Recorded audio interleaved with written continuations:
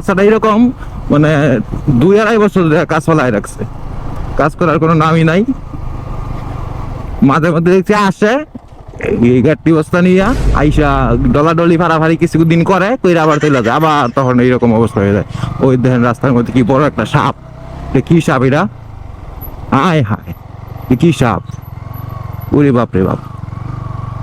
এই রাস্তাটা হচ্ছে নালিয়াটিকি থেকে ফাউগন বাজার পর্যন্ত গেছে।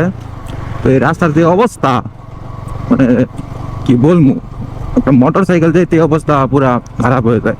আর যারা এই রাস্তা দিয়ে রেগুলার চলে তাদের অবস্থা তো বলা বাহুল্য। হ্যালো গাইস, কি অবস্থা সবার? আশা করি সবাই ভালো আছেন। এখন আমি যে রাস্তাটিতে আছি, এই রাস্তায় গাড়ি চলবে তো দূরের কথা, মানুষও ঠিকঠাক মতন চলতে পারে না ধুলাবাড়ির জন্য। গত 2-2.5 বছর যাবত এই রাস্তাটি এইভাবেই ফেলে রাখছে। তো কেন ফেলে রাখছে এটা সরকারি কর্মকর্তারাই বলতে পারবো, কিংবা যারা কাজটা নিচ্ছে বা কাজটা করাইতেছে ওরাই একমাত্র বলতে পারবো। বিশ্বাস করেন ভাই, এই রাস্তা দিয়ে মানুষ যে চলে, মানে না পাইরা চলে যায়, আর কোনো দিয়ে যাওয়ার রাস্তা নেই, এটা দিয়ে যাইতে হইব, তখন এই রাস্তা দিয়ে মানে না পাইরা যায়। এত ধুলাবালি, এত খোয়া। এখন কি ভাই রাস্তার জন্য সরকারি টাকা কম দিছে, টাকা নিয়ে পালাইছে, না এলাকায় তাদের ভালো লাগে না এই জন্য তারা রাস্তা করে নাই?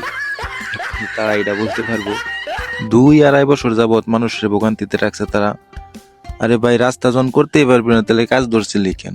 আগেই তো ভালো ছিল, গাড়ি টাড়ি সবই চলতে পারতো, মানুষ চলতে পারতো ভালো কইরা, ভাঙ্গা ছিল তাও মানুষ চলাচল করতে পারতো ভালো কইরা। এখন যে এক অবস্থা, মানে রাস্তার মধ্যে পাড়া দিলে যেমন লাগতেছে যে নিচ দিয়ে কে জানি খোসাইতেছে, এরকম অবস্থা, কুয়াটোর অবস্থা হয়ে রয়েছে। মানুষ হাঁটতে পারে না, গাড়ি চলতে পারে না ধুলাবালির জন্য।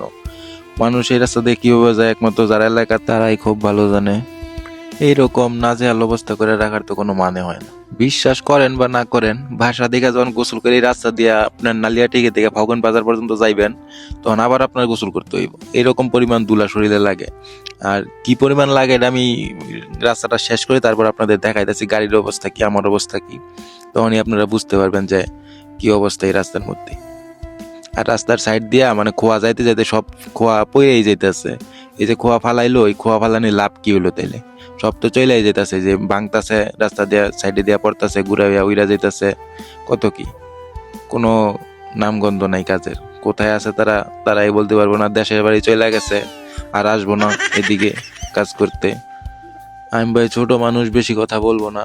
তো যারা এই রাস্তার কাজটা দিছেন বা নিছেন কাজটা করার জন্য, যত দ্রুত সম্ভব এই রাস্তার কাজটা কইরা দেন। ভাই মানুষ খুব ভোগান্তিতে আছে, মানে এত পরিমাণ ভোগান্তি এটা বলা বাহুল্য। রাস্তার আশেপাশে যাদের বাড়িঘর, তারা মানে কিছু কইতেও পারতেছে না, সইতেও পারতেছে না, এই একটা অবস্থা। রাস্তার লোকেশনটা হইছে গাজীপুর জেলার শ্রীপুর উপজেলার রাজাবাড়ি ইউনিয়নের নালিয়াটিকি হতে ফাউগান বাজার যাওয়ার যে রাস্তা, এটা হইলো সেই রাস্তা। একবার আওয়ার পরে গাছ দেখেন কি একটা অবস্থা গাড়ির, মানে কি বলবো, যেমন লাগে যে ইরিঘাট দিয়া চালাই হয়েছে গাড়িটা। এই যে চাকা চাকার অবস্থা তো একদম লাল হয়ে গেছে। মানে একবার গেলেই পুরা অর্ধ গোসল করার বা হয়ে যায়। সিস্টেম এরকম এই দেন অবস্থা, টাঙ্কি টুঙ্কি সব শেষ। আমার শরীরের অবস্থা পুরা জোকা টোকা যা আছে সব লাল হয়ে গেছে। তো এই রাস্তা দিয়ে কি মানুষ চলাচল করে অন্য কিছু, এটাই বুঝতেছি না। আর কি একটা অবস্থা হয়েছে, যেমন লাগে কতদিন ধরে জানি গাড়ি দুই না, অথচ কিন্তু একবার হয়েছে খালি এই রাস্তা দিয়ে, তাই এরকম হয়ে গেছে।